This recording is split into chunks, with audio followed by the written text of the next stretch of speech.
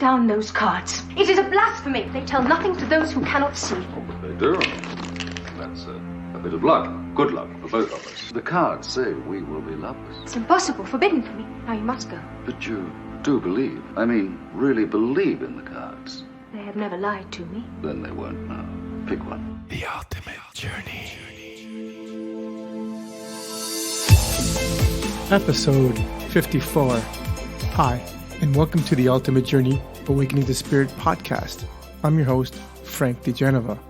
Today's episode is called Tarot Revisited, the Ultimate Journey through the Deck. As stated before, the ultimate journey can mean anything to you or to anyone. It is the soul's journey into our incarnating into our lives, into the human flesh.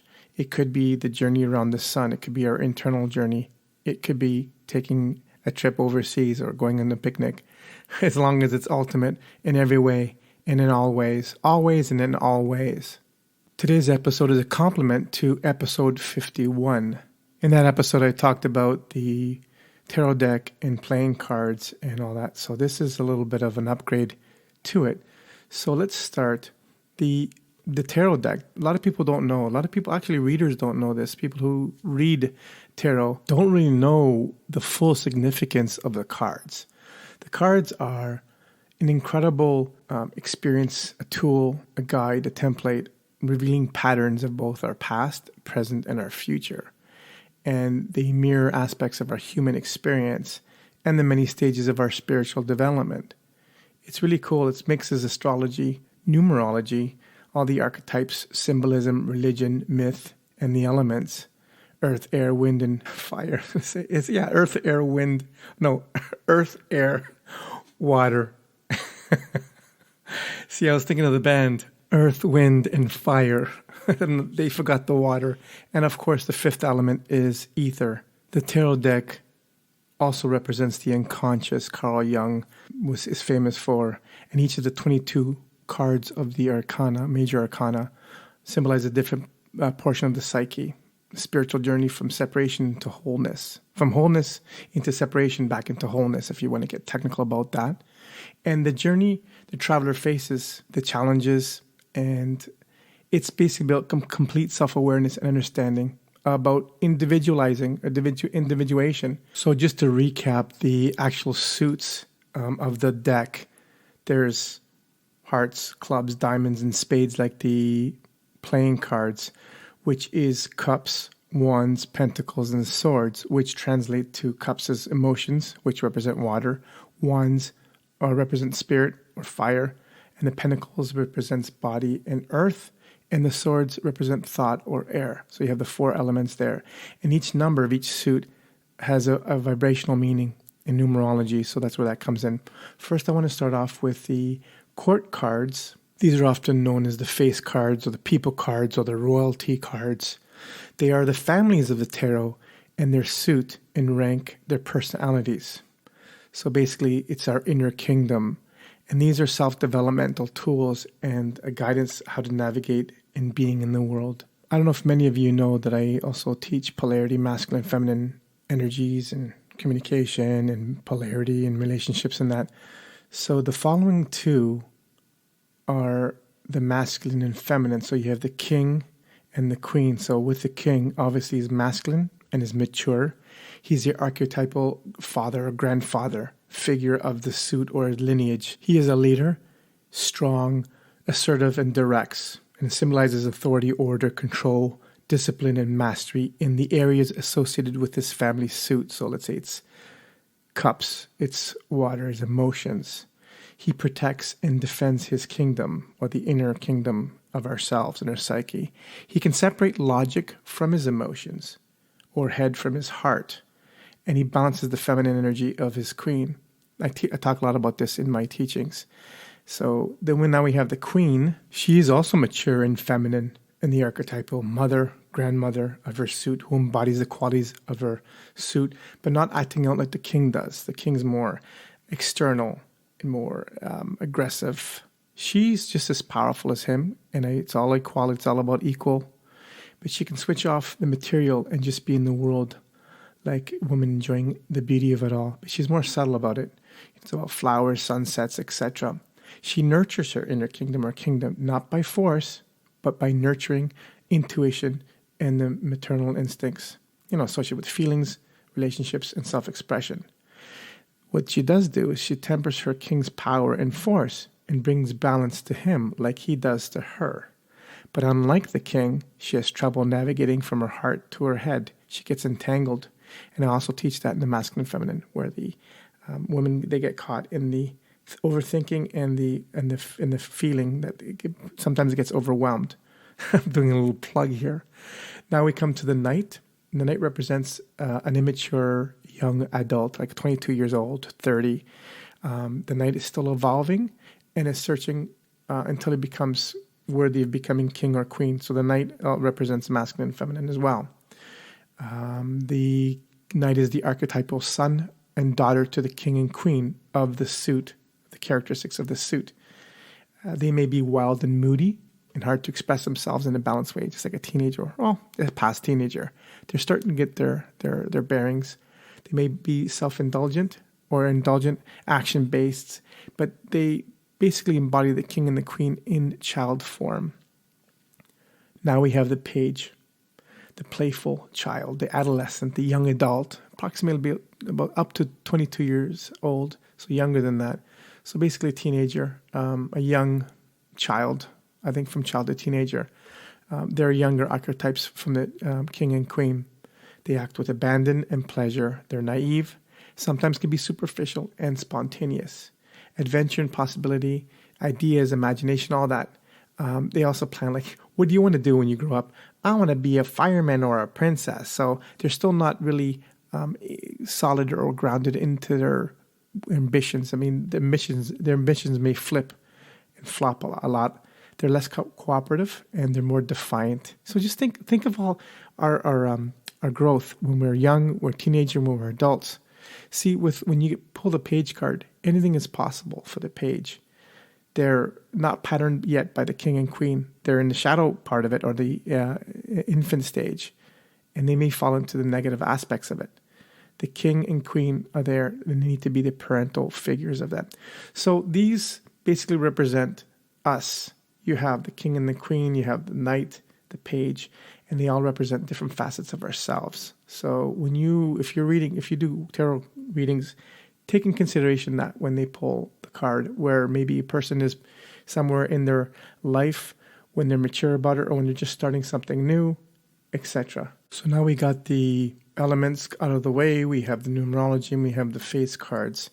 Let's talk about the story and meaning of the major arcana. The tarot is a timeline.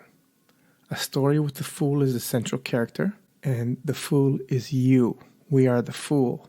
Just like the episode 46 that I did about the Son of God going through the planets, the Son of God who takes away the darkness. I think that's episode 46. So this episode ties in with 46 and 51. So let's uncover the mystery of the tarot. 0 is the fool. It's the starting point, the void, and the number of the fool, obviously. And it has no value yet, but it's full of every possibility. The present moment, the now. The fool seems naive and unafraid to face the dangerous journey in front of him or her. Their innocence allows the journey to be possible. So when we get on an adventure, we don't know. If we went on someone before we're fearful, or we've had failures in the past, we'll be more cautious or fearful to start new things. What we don't know. And that's sometimes a good thing. Or we wouldn't try anything in life. So let's look at the main character. The card of the main character, the fool, the womb, the 0 point, the worm of all possibility, the black hole. If you notice, the fool is facing northwest, and that's the direction of the unknown. And it looks androgynous. So this is a journey for males and females. You notice the dress. And also the proud, naive, confident, and fearless. That's why the head is held up. It's slightly held up high. So the fool just left the spiritual realm full of piss and vinegar. It's like when you come back and you reincarnate, you just start again. You're wiped out of your memories and you're just coming. We're going to take on this. Yeah, I'm on the other side. I can do this. I'll come back. And then we get here. We're like, what the hell do we do? I want to go back. You'll notice that there's a sack on the black wand. And it's a small one. So it only holds the little belongings, just important items for the journey. There's no burdens yet. And then the black wand represents the karmic, the unconscious. It's also seen in the Six of Swords and the Seven of Pentacles, I believe. Don't quote me on that. And you'll see the sages on the cliff's edge, the unknown, the pitfalls of life. The fool does not know what it's up against. And then you have the mountains in the background, the ups and downs of life, and it's the highest to the heavens, or the origin where the soul came incarnated back. Then you see the clear skies in the background. It's like a blank slate. And then the sun, remember the allegory of us going through the planets like Jesus, the Son of God. And the rising sun in the card depicts the start of a new journey.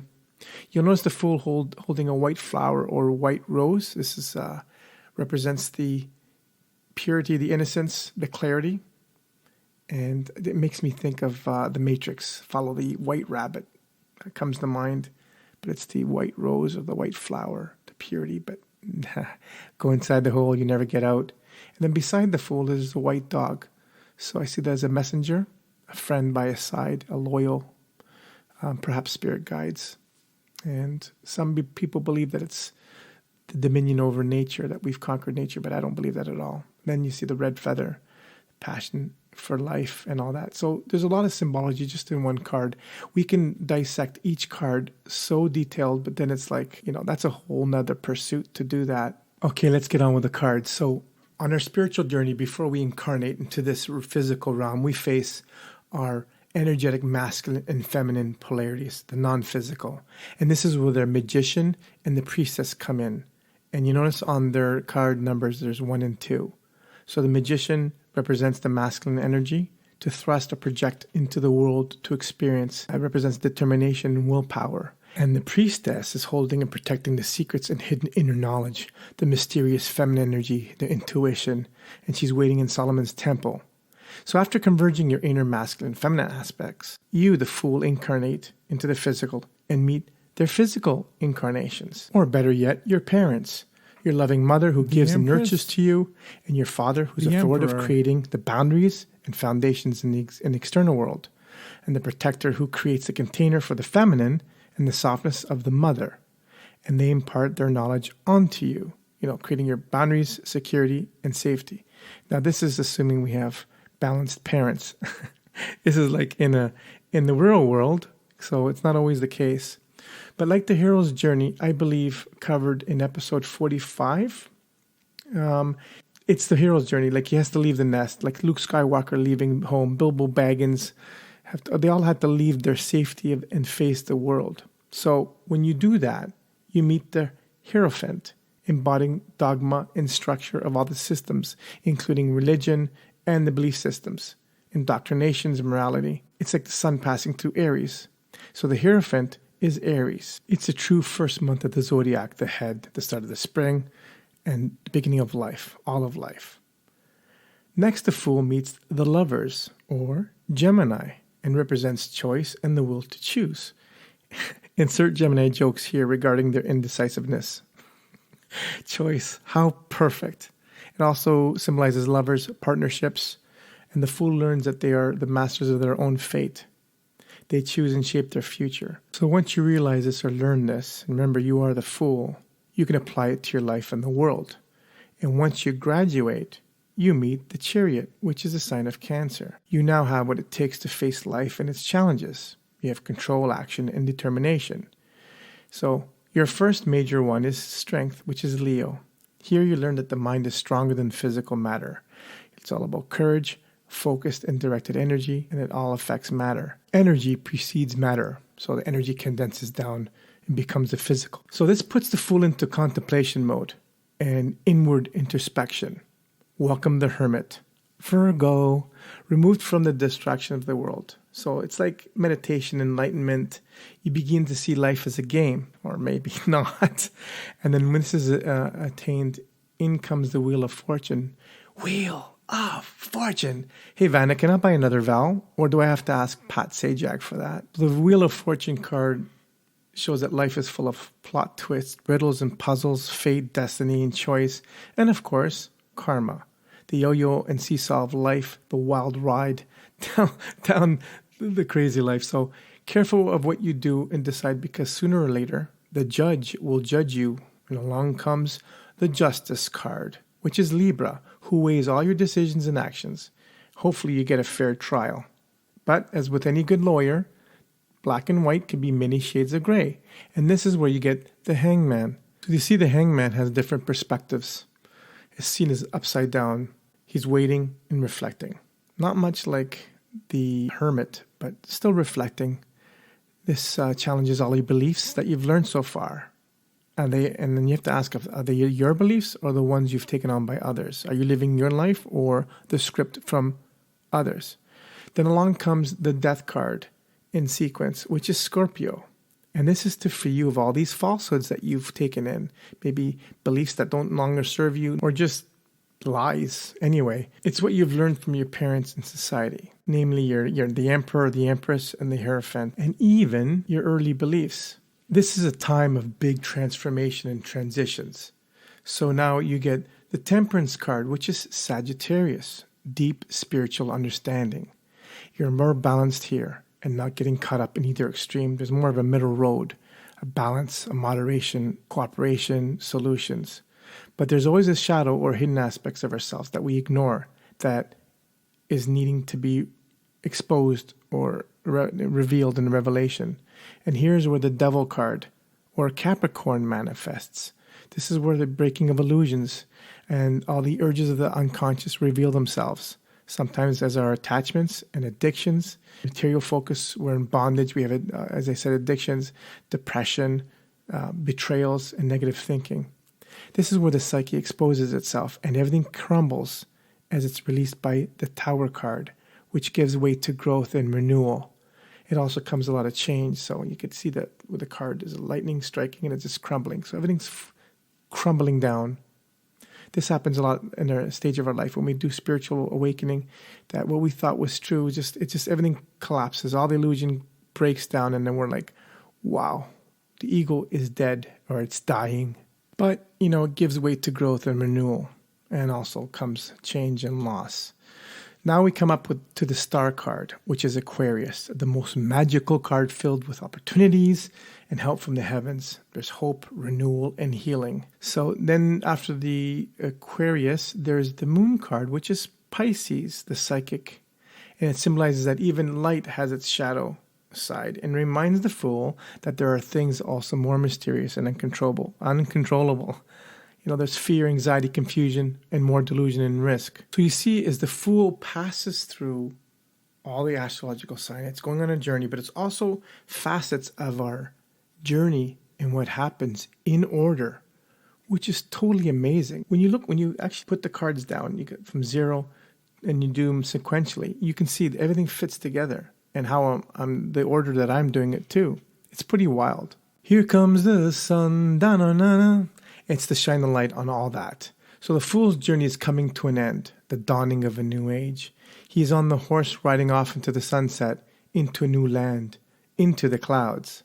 And then we have the card of Day of Judgment, God is calling. On the knees the war pigs crawling. Yeah, that's Ozzy and Black Sabbath. I had to sneak it in there. So it's the Judgment card, where we have to deal with all the things unsaid and all the unresolved. And it's a reflection. It's an awakening and rebirth. It's ending this life and going into a new world. And coincidentally, the next card is the New World card. A new life awaits. Another journey through the cards to be reincarnated into life. Another cycle for fulfillment and harmony. So it's all astrology. It's all archetypes. And another Aussie quote is, over the mountain, don't need no astrology. It's inside of you and me. You can tell I'm a fan of Ozzy, right? But it's all there. I mean, in TVs and movies and songs, they're telling us what's going on. Astrology is inside us. It is us. So getting back to the deck, once we pass all the cards, we basically, when something happens between lives, who knows what, even if some people don't believe in reincarnation, but we start again. The fool starts again through the deck, just like the astrology of the sun, the greatest story ever told. It goes back again and again and again and again until we get out of this box, this cube, this matrix. We are given tools, divination tools, stories, myths, all to navigate through this and to finally break ourselves free from the bondage, from the matrix of it all. So I hope you see the tarot cards in a different light now, with more profound awareness. And then you'll start seeing this story, or this pattern, this template everywhere. It's so subtle, but once you see it, it is so obvious. I always thought the deck was evil, tarot was evil, these cards. So, I mean, I have different ideas on what it is and how it's been used and how it's been manipulated. But, I've never really understood the cards until recently when I did the podcast on it, but more so afterwards when I used the elements in numerology. Because I know the elements, I don't know, earth, air, and fire from the beginning of the podcast. Once I understand the elements and what they do, what they represent, and then also bringing in numerology, the cards came to life for me. They just woke up. I'm like, and I don't use them often at all. Like it fascinates me. And then when I came across this whole journey thing, it just blew my mind open. And then it just kind of like interweaved all the podcasts that I've done thus far. This is the 54th one. And there's just another piece of the puzzle. I will probably revisit this tarot again. Maybe get into the numerology and other aspects of it. But for now, I'm learning. And as I learn, I share. That's who I am. I want to just spread the word and just provoke some thought. You don't have to believe anything I say with these podcasts at all. They're just designed to get you start thinking and get outside of the box. If you remember listening to the intro of this podcast, I used a James Bond movie, Live and Let Die. It was a scene where the woman walks into a room and James Bond has his tarot cards. And he says, well, if you want to re-listen to it, but the thing is he had all the same cards. It was a lover's card. So he stoosed her with a tarot. Cards can be misread. It could be used for nefarious reasons and whatnot. So be as it may, believe what you want with the cards or not. I think they're a great tool. I suggest you connect with a good source and you clear the cards or use anything. I personally don't use cards myself. I'm just very interested in the tarot. I used to be into the cards. I had a whole bunch of them and then I just gave them away. Just didn't feel right. I trust my own intuition. But again, they're tools and they can be very, very useful and very powerful. All right, so that is the end of this episode. Thank you for joining me on the Ultimate Journey Awakening the Spirit podcast. Thank you for listening to the Ultimate Journey Awakening to Spirit podcast. Join me again next time for more spiritual talk. You can reach me at info@theultimatejourneyawakeningtospirit.com. And you can also visit my website, theultimatejourneyawakeningtospirit.com. Until next time, walk in love and in gratitude.